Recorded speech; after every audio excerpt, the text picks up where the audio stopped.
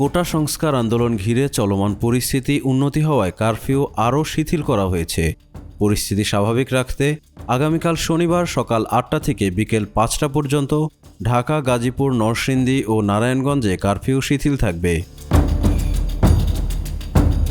এদিকে গত ১৬ জুলাই কোটা সংস্কার আন্দোলনে পুলিশের গুলিতে নিহত হন বেগম রোকেয়া বিশ্ববিদ্যালয়ের শিক্ষার্থী আবু সাঈদ। তার মৃত্যু নিয়ে সরব ছবিজঙ্গন। ফেসবুকে আবু সাঈদের ছবি শেয়ার করে জনপ্রিয় নাট্য পরিচালক মাবরুর রশিদ বান্নাহ লিখেছেন, বীর শহীদ আবু সাঈদের এই ছবিটি এঁকেছেন ভারতের অঙ্কনশিল্পী কৌশিক সরকার। এর আগের পোস্টে তিনি লেখেন, তুমি যত বেশি সততার সাথে কথা বলবে তত বেশি সম্মানিত হবে। এদিকে গত শুক্রবার রাত 12টা থেকে সারা দেশে কারফিউ জারি করা হয়। একই দিনে বেসামরিক প্রশাসনকে সহায়তা করার জন্য সশস্ত্র বাহিনী মোতায়েনের সিদ্ধান্ত নেওয়া হয়।